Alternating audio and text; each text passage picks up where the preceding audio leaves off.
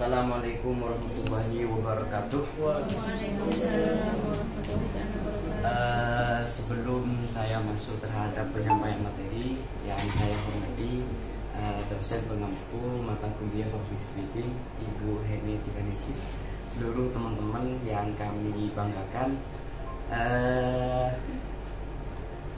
langsung saja ya.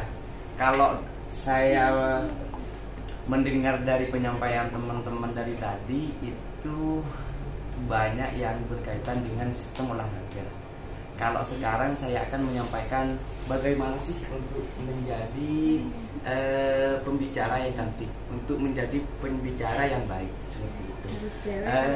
Sebelum kita memasuki terhadap menjadi pembicara yang baik, tentunya kita harus tahu dong, kita harus tahu bagaimana arti public speaking itu sendiri. Kalau menurut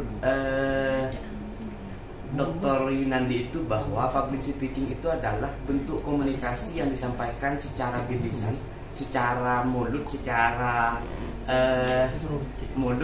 apa yang disampaikan itu berbentuk kosakata sehingga mampu menarik audiens dan teman-teman. Untuk menjadi public speaking itu adalah kemampuan seseorang untuk berpidato atau menyampaikan presentasi di depan publik atau audiens. Artinya bahwa public speaking itu bagaimana cara kita menyampaikan di depan umum dan bagaimana menyampaikan penyampaian kita terhadap audiens seperti itu. Dan untuk menjadi public speaking itu tidak semua orang mau dan bisa menjadi seorang public speaker.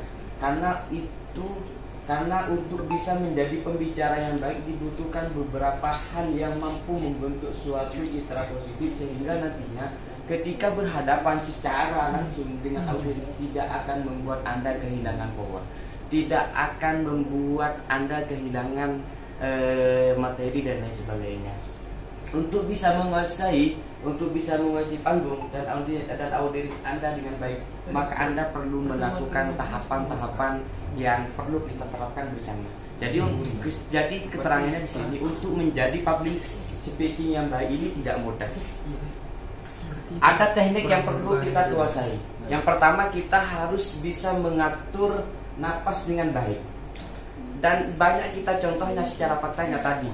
Seperti contohnya yang mohon maaf dari teman-teman, banyak dalam cara penyampaiannya itu napasnya itu tidak teratur. Sehingga dalam menyampaikan materi itu banyak yang sering terjadi ingos-ngosan.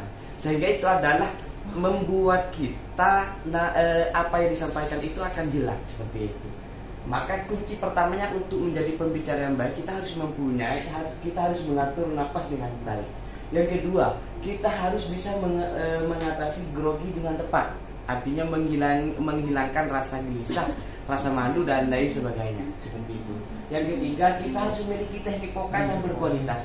Kita harus memiliki teknik vokal yang berkualitas dalam penyampaian kosakata, dalam menyampaikan materi. Kita harus vokal, kita harus lepas semuanya.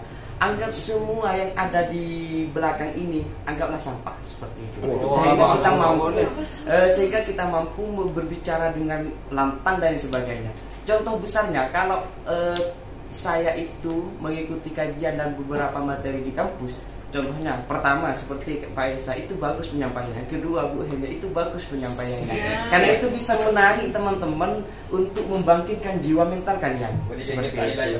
Ada cara bagaimana cara kita memiliki teknik vokal yang berkualitas. Satu, kita harus mendapatkan kata yang tepat. Yang kedua, pengucapan kalimat yang jelas. Yang keempat, ketiga, kecepatan dalam berbicara. Seterusnya, volume penekanan pada setiap kata ucapan, persiapan sebelum tampil.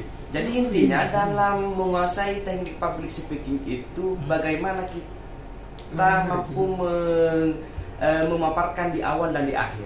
Mengapa saya katakan seperti itu?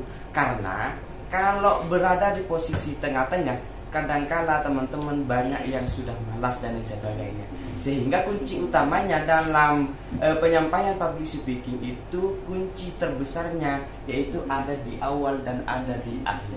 Seperti itu teman-teman. Mungkin itu yang dapat kami sampaikan. Kurang lebihnya mohon maaf. Wassalamualaikum warahmatullahi wabarakatuh. Waalaikumsalam warahmatullahi wabarakatuh.